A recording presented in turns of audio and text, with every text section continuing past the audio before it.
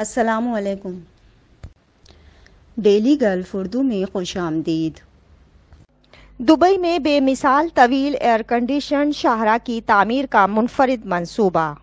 متحدہ عرب امارات کی ریاستوں میں جہاں دنیا کے دیگر منفرد عجوبے اور سیاحتی مقامات ہیں، وہیں دبئی میں ایک بے مثال اور طویل ایئر کنڈیشن شاہراہ کی تعمیر کا منصوبہ بنایا گیا ہے۔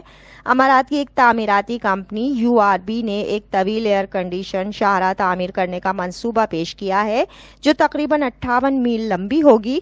دلچسپ بات یہ ہے کہ اس پوری شاہراہ پر ایک خوبصورت چھت ہوگی۔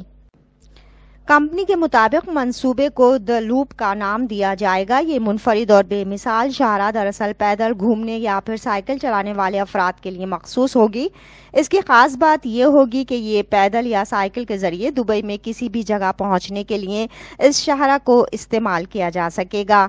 جیسا کہ اس کے نام لوپ سے ظاہر ہے کہ یہ منفرد شاہراہ دبئی کے گرد گھماؤ کی صورت ہوگی، تاہم اس پر گاڑیاں نہ ہونے کی وجہ سے سرسبز راہداریاں بنائی جائیں گی تاکہ لوگ پیدل سیر سے لطف اندوز ہو سکیں۔ دوسری جانب کمپنی کی جانب سے دبئی کے صحرا کے لیے زرعی سیاحت کا ایک منصوبہ بھی پیش کیا گیا ہے، جسے ایگری ہب کا نام دیا گیا ہے۔